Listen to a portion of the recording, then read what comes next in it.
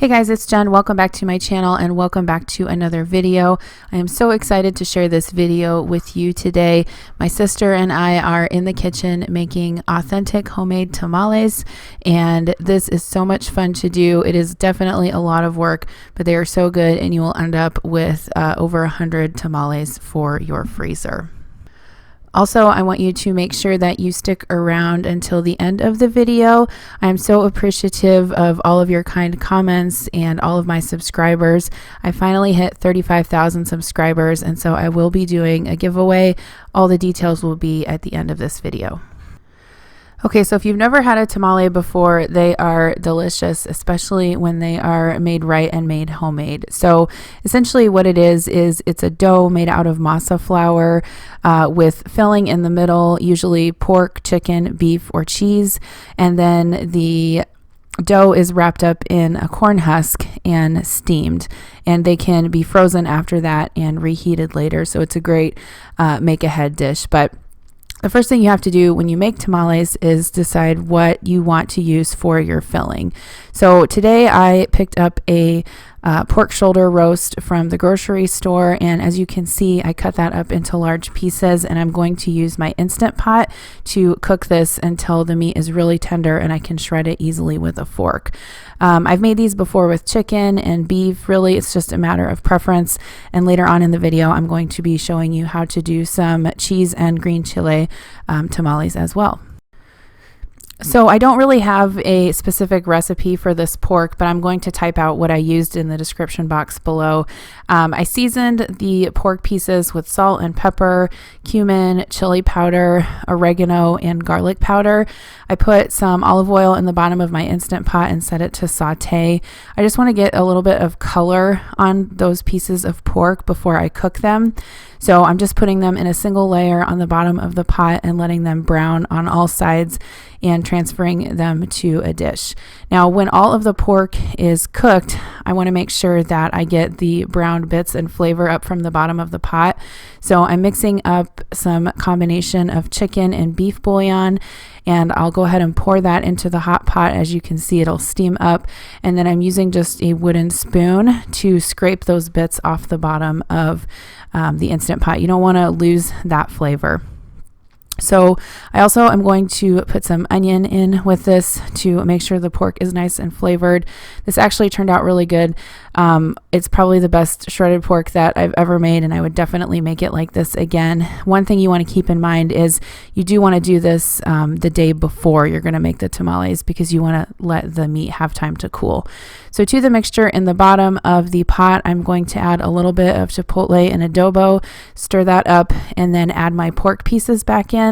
I will add the onion on top of that and close the lid to the Instant Pot. Make sure that you set it to sealing, not venting. And then I'm going to cook this on high pressure for 90 minutes. And when it was done, the meat was perfectly tender. It was so good. Like I said, I'll type this recipe out the best I can in the description box below, but you can see how it's just like falling apart. It was so delicious.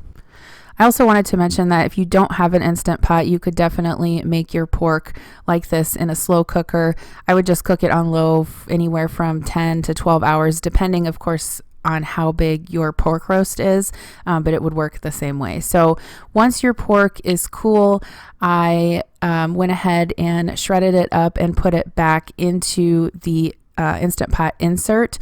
So you want to make sure that whatever meat you're using, that you try to shred it as finely as you can. The tamales that we usually make are not huge, and so you don't want like big chunks of meat in there. You want the meat really finely shredded. You can see on the left hand side of the screen, I poured the broth from the pork into my fat separator. You don't want to throw this down the drain, because you're going to use this broth later to flavor both your meat as well as the masa dough that your tamales are going to be made out of.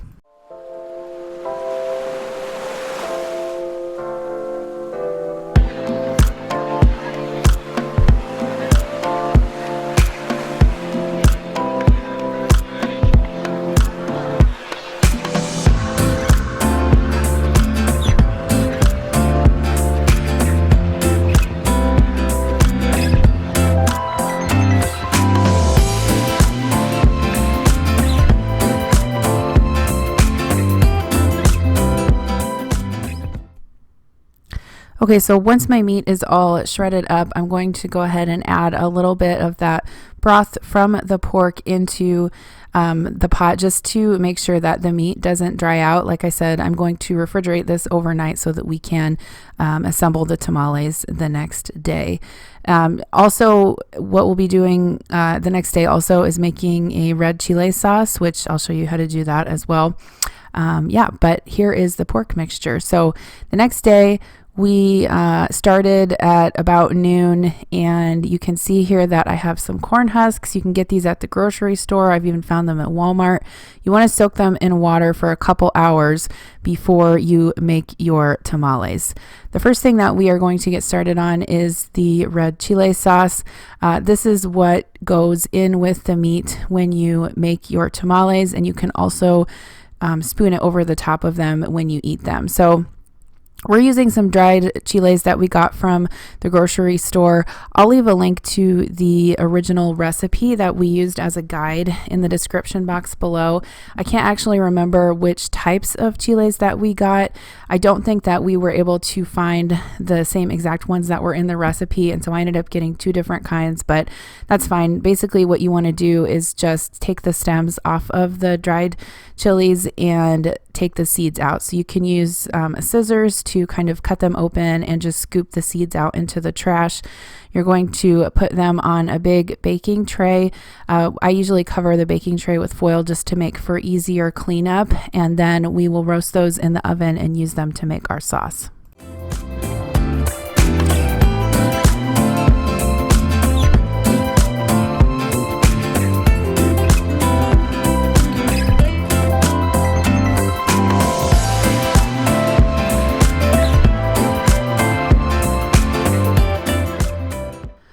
All right, so we roasted these in a 350-degree oven for about 5 minutes. You want to keep a close eye on them and make sure that they don't burn. Once you start to smell them, you can probably go ahead and take them out. We are placing them in a shallow dish, and then we will cover these with enough hot water to make sure that they are all submerged.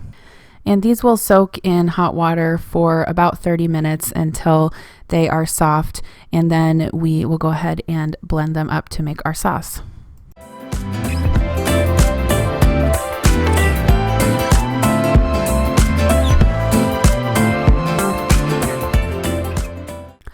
When the chiles are done soaking, you can carefully transfer them to a blender with some tongs, and then you're going to add about 2.5 cups of the chile water to the blender in order to get a good consistency. Once you have that added, just turn the blender on to the highest speed that it goes and whiz it up until it is nice and smooth. I'm also adding some salt and some cumin and some garlic powder to the mixture.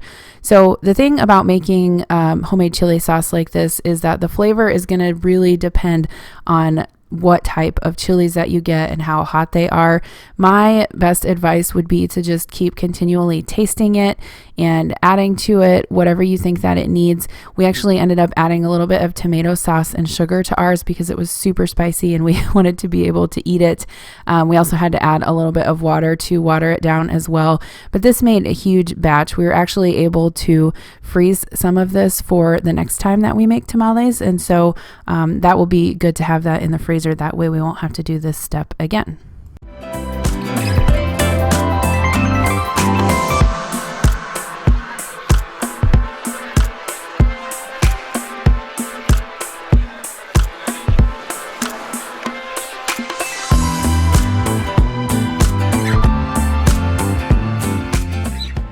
So I transferred the sauce into a bowl, and you can see that we're still tasting it, adding things that we think it needs. We added a little bit of water. The main issue was just that it was so spicy, and spicy is fine, but you want to make sure that it's not so spicy that you can't eat it.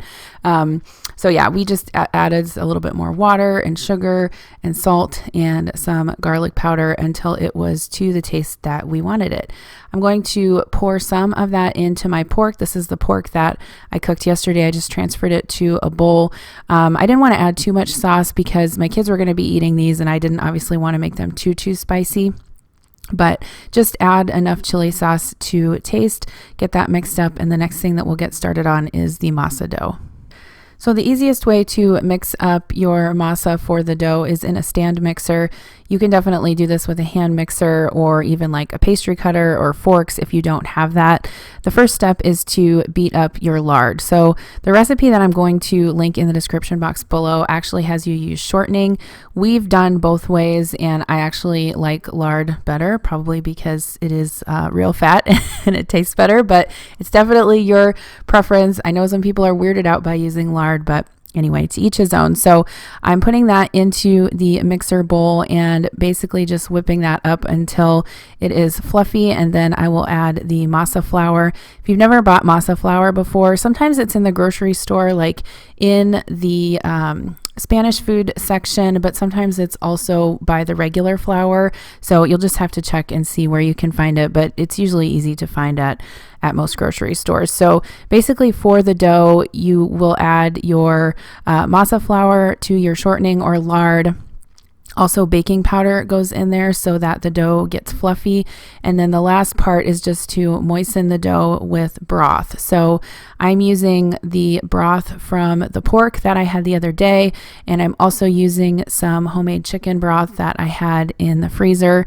You just want to basically mix this together until it forms a nice soft dough. Some people say like it should be the consistency of like thick peanut butter. You just want to have it so that you can easily form it into your corn husk and roll it up. So the first couple batches that we made of this, we really kind of like measured, but the last couple batches we made, we did not. We measured with our hearts is what we called it. So, okay, so now it's time to assemble. Okay, so here's how you make a tamale. You put a little, so I'll put a little bit of masa on the corner. What? Oh, we got it. I want to drink this beer. It's way more important than this. But yeah, that's fine. Keep it going. Put some meat in the middle. Then that's the problem with the world today. Roll. That's a country song. Tuck and roll. Tuck and roll. No, roll and tuck. Roll and tuck. Ta-da! That's a little tamale. Yeah, well, they're all different sizes because some of the corn husks are bigger. That's right. Diversity. That's what makes the world go round. Don't you just love it when you're trying to film a cooking video and your husband is bothering you in the kitchen? I love that. But anyway, so the next step was just for us to basically assemble all of these tamales. So again, grab your corn husk out of the water. We dried them off a little bit. Put a little bit of masa in the top corner of your corn husk and flatten it out. Place a couple tablespoons of meat down the center and then roll it up and tuck the end under. We are using some disposable foil trays to just basically hold the finished tamales until we put them into the pot. But yeah, this is kind of the fun part. So you can, have a mimosa or a glass of wine or margarita or, just a soda if you don't drink. But I just think this is such like a social thing to do. I wouldn't want to make these by myself just because I think it's more fun if you have a group of people or another person that likes to cook. I love it when my sister comes over and cooks with me because we both love to cook equally, and so it's always more fun to have someone with you like that in the kitchen. So we are going to go ahead and roll the rest of these, and then I'll show you how to steam them up.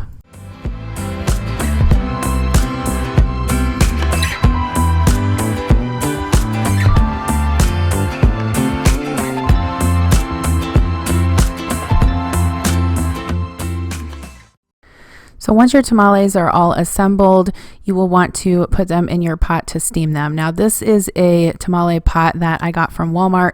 I'll find one on Amazon and link it down below. They're pretty inexpensive. There's a steamer basket in the bottom, and so you'll just put a couple cups of water in the bottom, put that down there, and then you want to stand the tamales up on end to steam them. So you'll probably need help for this part. You can see that I'm kind of holding them up while my sister is putting them in the pot.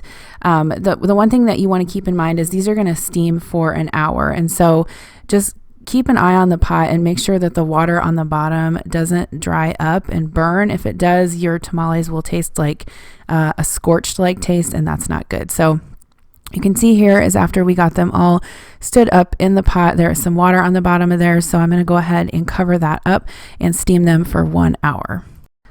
So while that batch is steaming, we are going to get started on our batch of cheese and chile tamales. So these are basically the same process. You put the masa dough down on the corn husks. We are using the shredded Chihuahua cheese because it melts really well, and then also some chopped green chiles. So just put your dough down, sprinkle some cheese down the middle, and put a couple of green chilies in the middle and roll it up. These turned out really good. I would definitely make these again. I think these would be really good if you heat them up and serve them with like salsa verde and some sour cream. So good. So we're going to get finished assembling these, and this batch we're actually going to steam in the Instant Pot. So I will show you how to do that here in a second.